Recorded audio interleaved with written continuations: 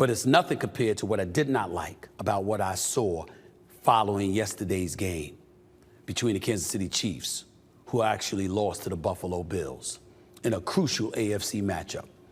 Bringing bringing Kansas City's record, for the season to 8-5. The game-winning touchdown was called back after wide receiver Kadarius Toney was called offsides on a pass play. Patrick Mahomes was all livid over the call, claiming Toney should have been given a warning by the official. That call is not the reason the Chiefs stand at 8-5. The reality is another wide receiver mistake cost them a win, along with the numerous penalties by the offensive line. In case y'all have missed it, here's Patrick Mahomes. Patrick Mahomes may be the greatest quarterback this game has ever seen. I've got Aaron Rodgers up there along with a couple of others, but Patrick Mahomes may very well be the best we have ever seen. And outside of Bill Belichick, you'd be hard-pressed to find a better coach with better credentials than Andy Reid. They both embarrassed themselves Sunday afternoon. They embarrassed themselves. There's no way around it. You cannot have receivers who have accumulated 33 drops on the season, who have run wrong routes. They've ran wrong routes in the past. They did some again yesterday. They dropped passes yesterday yet again. They've turned over the football, and they're going to turn around and say, you know what, maybe we would have won, maybe not, but for that call to be made, what the hell are you lining offsides for if you're a wide receiver? The receiver on the opposite side for Kansas City, he was aligned correctly. Kadarius Toney, who, by the way, caught the lateral from Travis Kelce and ran it into the end zone, you were flagrantly offside. You couldn't damn near see the football because he was blocking it because he was so far above. How do you not know better? This is the National Football League. No wonder you're a former former first-round pick, and the Giants gave you away for a bag of cookies, a.k.a. a third-round pick. No wonder. How the hell do you make a mistake like that? Now, I'm quite sure he can make up for it because he's got the capabilities to do so, but the reality is that it was a boneheaded play on his part. You have to know alignment.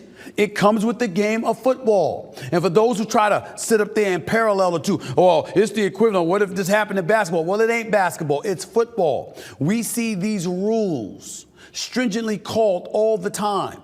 I've seen plenty of people get called for offsides. I've seen plenty of people. When is there a game where we don't see people getting called for false starts?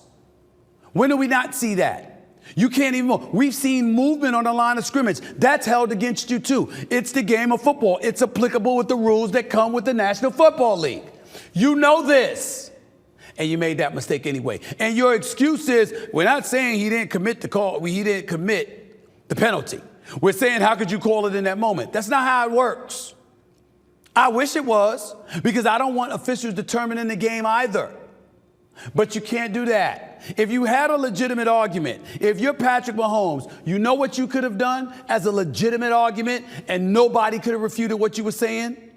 The referee should have blew the whistle the minute the play started, as opposed to watching the play unfold, watching him run into the end zone and then throwing the flag. Clearly, the flags was a bit too late, no doubt about it. The second they bursted out of the line of scrimmage and the play started, you could have blown the whistle and said false start. You didn't have to let the play unfold. Then we wouldn't be talking about some touchdown that wasn't. But that's not what happened, and that's the way it goes. In the end, Kansas City's, your Chiefs wide receivers suck. Period. I'm not talking about their talent. I'm talking about the litany of mistakes you make. Marquez Valdes-Scantling is not a scrub. I don't think Kadarius Toney is a scrub. I don't think anybody that they have, don't get me started with my brother Travis Kelce from another mother and how elite, they might be the best tight end in history. We're not talking about that. I'm talking about the boneheaded plays and the dropped passes that have taken place with the Kansas City Chiefs. What's the matter? Y'all can't handle the pressure?